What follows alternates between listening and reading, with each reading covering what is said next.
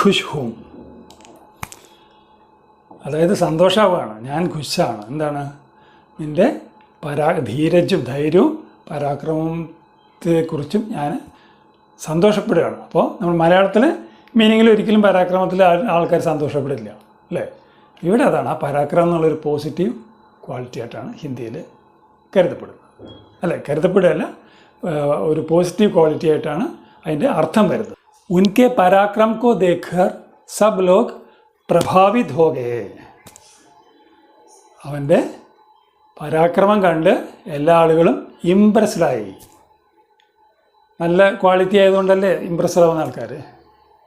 വേറെ സെൻറ്റൻസോ, ഒരു ചൊല്ലാണ്, പരാക്രം ഹി സഫലതാ കാ ദർവാസ ഹെ. പരാക്രമമാണ് സക്സസിൻ്റെ വാതിൽ. സക്സസ് ആവാൻ പരാക്രമം കാണിക്കണം. അത്